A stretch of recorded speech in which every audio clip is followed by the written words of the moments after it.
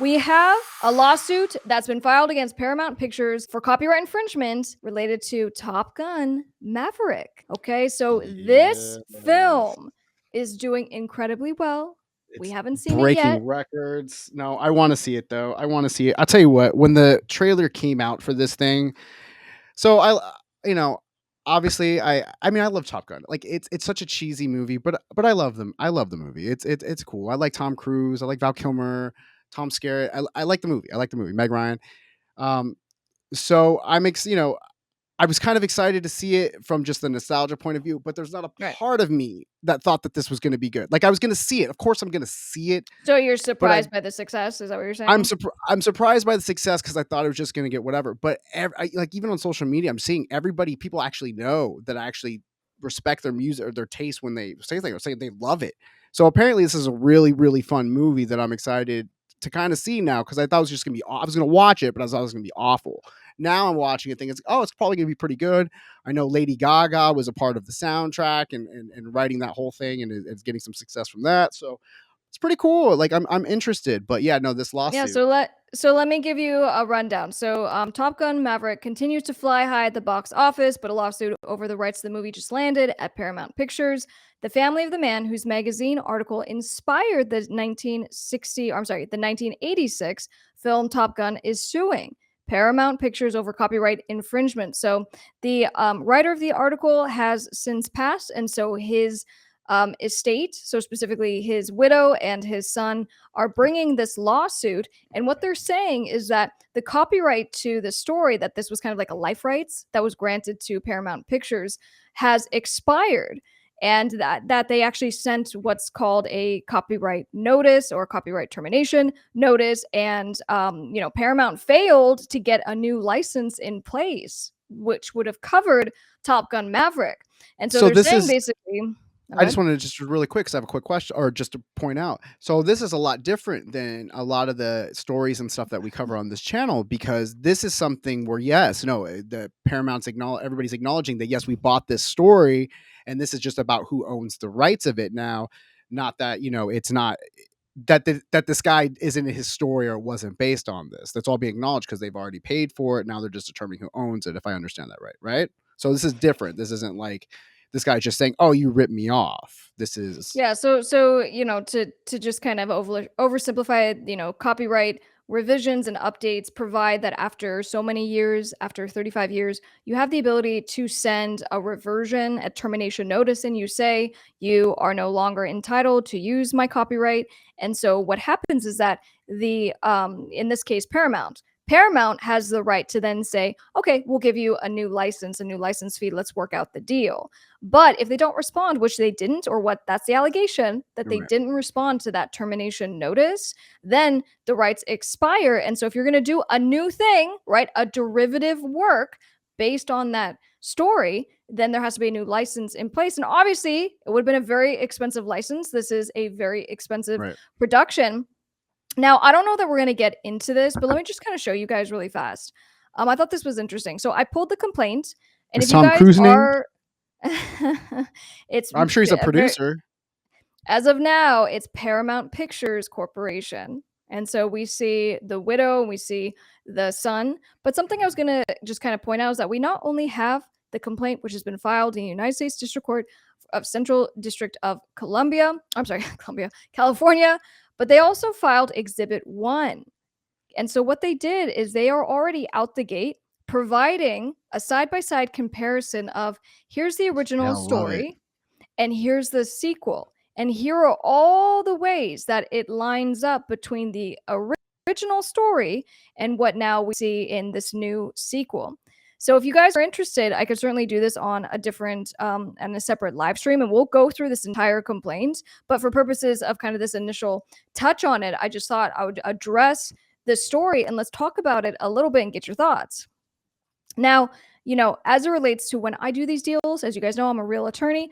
When we do these deals for life rights, it's a real story about a real person. And in this case, it was something that he wrote in a magazine.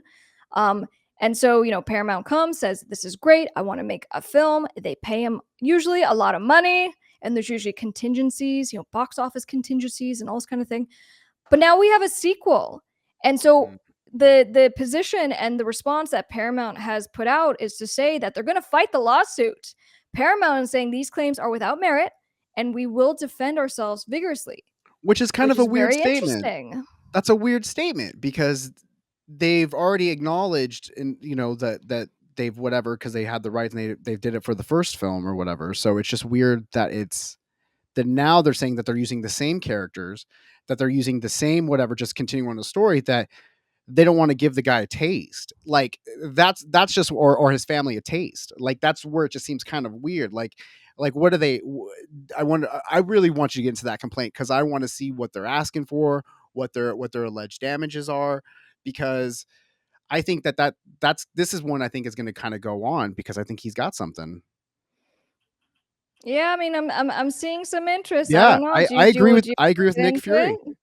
I think Paramount dropped the ball. I thought they were just going to slide by. It could have been an oversight, but that statement to me is really, it just seems odd to me. I mean, just them to go, there may have been an oversight, there may not have been, but we'll work it out one way or another. But that for them to go, it's without merit, and we will defend ourselves vigorously. Like, what are you saying? Yeah, so I'm super interested to get into this. And like I said, we can get into it now. I don't know if we should just kind of say this for a different live streams because we still have a lot that we need to cover with the stories. What do you think? It's up to you. I'm here. I got nothing else to do, so I'm definitely here for it. But if we don't do it right now, I definitely want to hit it for sure because I think that's great content. All right. I'll tell you what. We got a couple people who are really interested in this, so let's just kind of go through it and we'll see Let's how do much it. we have time to cover. I love it. Okie dokie. So this is again this was filed in the District Court of California, and we don't always see the recitation of the actual claims at the top, but we do in this case. So we see declaratory relief. We're asking the court to make a determination. Number 2, copyright infringement, and number 3, injunctive relief. So when we say court, we want you to enjoin, we want you to stop. In this case, I'm assuming it's going to be stop the distribution of the film. And guys, real talk for a second, when this That's happens a big and we move. get an injunction, it can be disastrous for, in this case, Paramount, because, if they were able to get the injunction, that means they have to absolutely stop distribution until, there's resolution. I wonder if that's I would wonder if that's ever been done where like they had to pull a movie while it was I mean obviously I'm just kind of getting more interested in this stuff, especially as the channel goes on. We just kind of cover these stories and it really sparks my interest, but I'm just kind of curious to if they've ever pulled like Batman because someone like it's like Yeah. no. Yeah. No, I represent filmmakers. I I know represent albums I've seen albums get stopped like, that were putting out because they can't get a exactly. sample cleared, but Yeah, or even cover art. You can have titles that are taken down because the cover art right. wasn't cleared. But in any case, all right, so plaintiffs, and I apologize. I'm going to do my very best to say these names correctly, but we have Shosh, Yuval, and Yuval Yonay, the Yonays, or plaintiffs, who are the heirs of the author, and I think that's Ehud Yonay, for their complaint against defendant Paramount Pictures Corporation, allege as follows.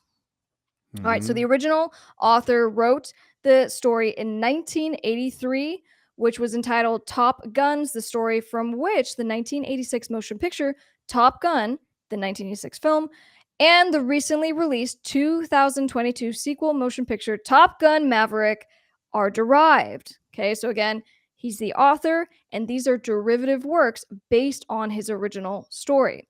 The iconic 86 film all started with Paramount securing exclusive motion picture rights to his copyrighted story immediately after its publication. In fact, the author story was duly credited on Yep. the derivative 86 film, which is widely known and has been based on the story. There it On is. January 23rd, 2018, the Yonays properly availed themselves of their rights to recover the copyright to the story under Copyright Act 17 U.S.C. Section 203A by sending Paramount a statutory notice of termination, hereafter the termination notice, and thereafter filing it with the Copyright Office, which is required, effective on January 24th, 2020. On January 24th, 2020, the copyright to the story thus reverted. Oh, and you know what? Let me just scroll over here. I got a message that just popped up. On January 24, 2020, the copyright of the story reverted to the Yonays under the Copyright Act. Okay, so guys, we were talking about this as Right. procedure.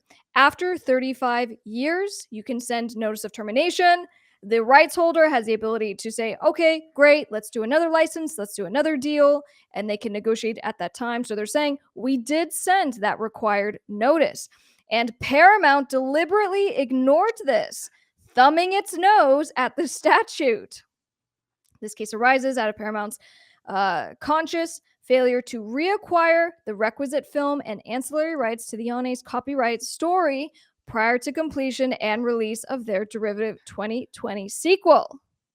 They got a case. So again, just remember, this is the complaint, right? So, out the gate, obviously, we're always going to say they have done us wrong, and, but I'm saying, but again, I always, like I say, I go by the fact that I take people on their face value and where they feel like they were wrong. I mean, just by the facts. If the movie already has them acknowledging their story in the first movie, and they've already gone through this, and they have documentation of them following after the 35 years that they sent them something, there it is.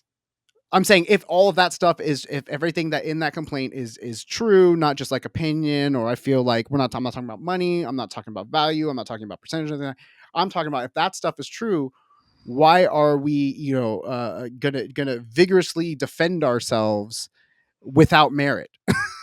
You know what I mean? Well, and this goes to I haven't seen the new Top Gun. I think that's important here. So as far as comparing the stories, right? So I'm not sure from personal knowledge and experience.